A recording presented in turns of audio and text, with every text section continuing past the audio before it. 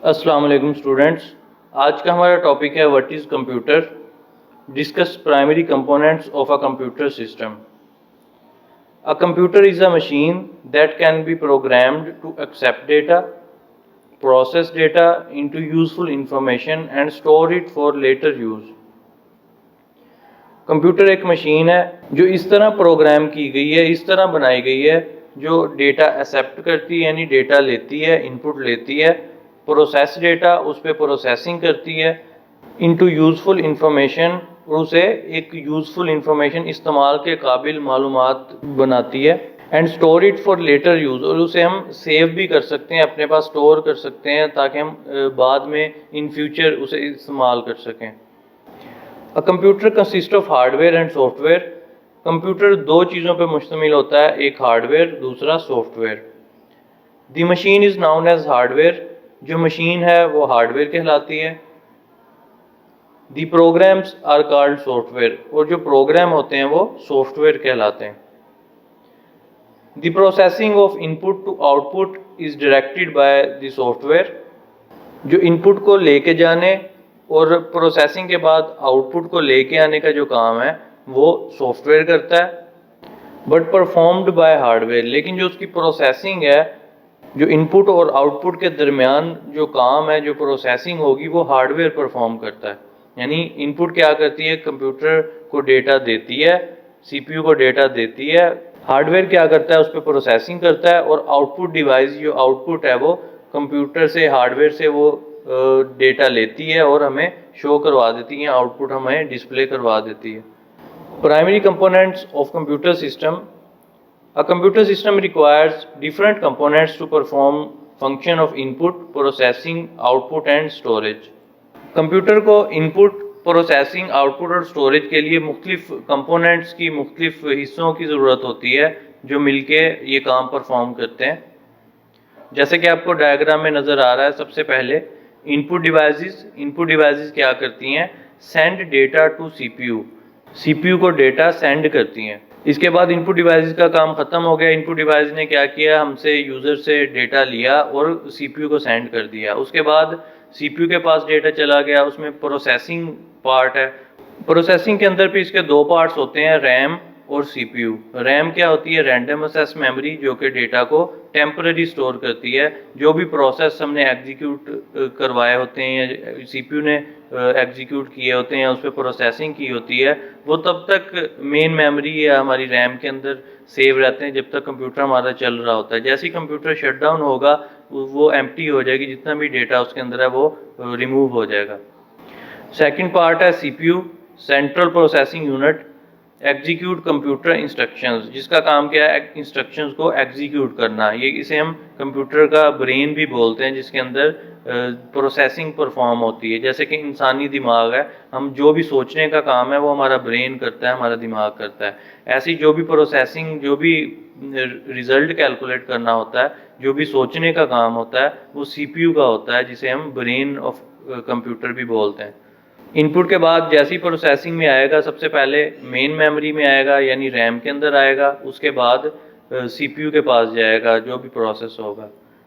Execution complete होने के बाद अगर हम उसे सेव करवाना चाहते हैं, ताकि इन फ्यूचर बाद में भी अगर हम उसे इस्तेमाल करना चाहते हैं, या हम अपने पास सेव रखना चाहते हैं ताकि बाद में अगर कभी हमने यूज़ करना है तो उसे सेकेंडरी स्टोरेज डिवाइस के अंदर, यानी हमारी हार्ड डिस्क के अंदर हम सेव कर सकते हैं उसे।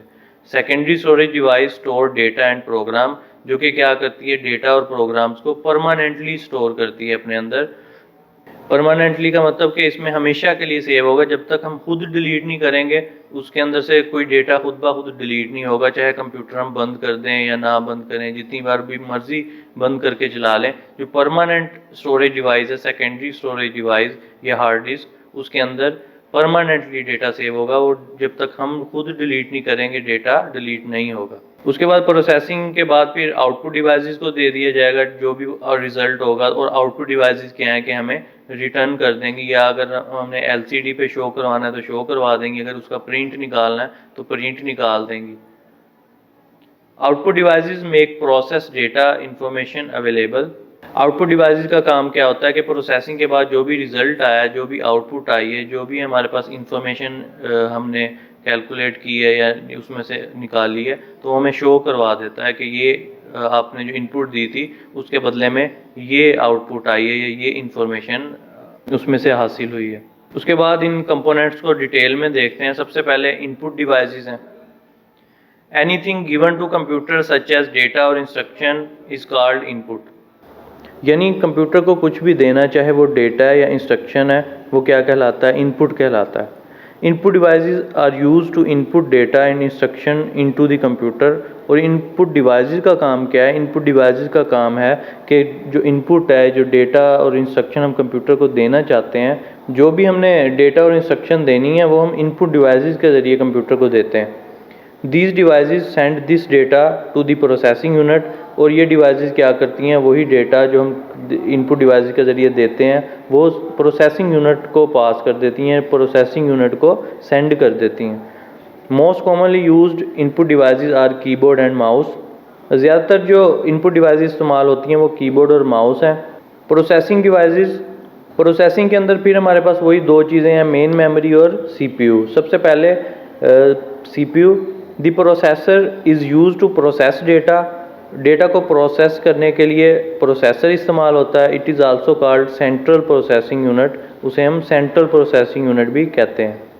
It is the brain of computer. ये कंप्यूटर का दिमाग होता है। जितना भी प्रोसेसिंग का काम होता है वो उसके ब्रेन ने, उसमें उसके प्रोसेसर ने करना होता है।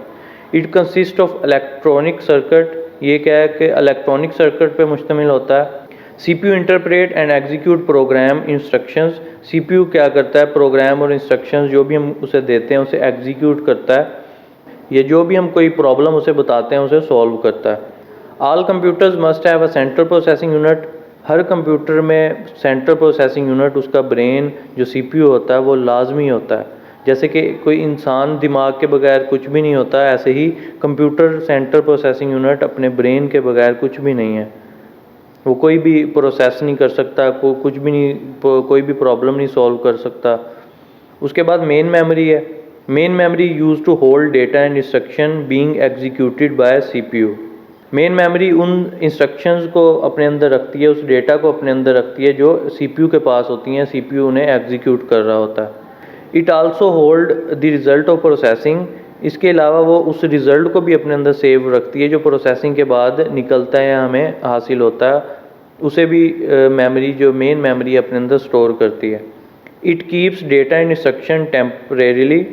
ये क्या करता है? डेटा और इंस्ट्रक्शन को टेम्परेरीली अपने अंदर सेव करता है, यानी आर्जी तौर पर। जब तक कंप्यूटर चल रहा होता है उसमें जितने भी प्रोसेस हमने किए होते हैं, जितने भी इंस्टॉलेशन की होती है, जितने भी हमने एप्लीकेशन सॉफ्टवेयर ओपन किए होते हैं, या जितने भी रिज़ल्ट हमने कैलकुलेट करवाए होते हैं वो कंप्यूटर के अंदर रहते हैं। जैसे ही कंप्यूटर को शट डाउन कर देंगे वो सारा जो मेन मेमोरी में डेटा था वो लॉस हो जाएगा, मेन मेमोरी बिल्कुल खाली हो जाएगी।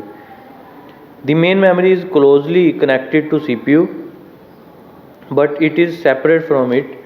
जो मेन मेमोरी होती है वो CPU के बिल्कुल करीब होती है, लेकिन CPU एक अलग चीज़ है और मेन मेमोरी एक अलग चीज़ है। लगे अलग अलग होते हैं मदरबोर्ड के अंदर या कंप्यूटर के अंदर, होते ये अलग अलग हैं लेकिन दोनों बिल्कुल करीब होते हैं एक दूसरे के। आगे ये कुछ इनपुट डिवाइसेस की एग्जांपल्स हैं, जैसे कि mouse, keyboard, touch pad, scanner, microphone, digital camera. उसके अलावा processor and main memory in system unit है।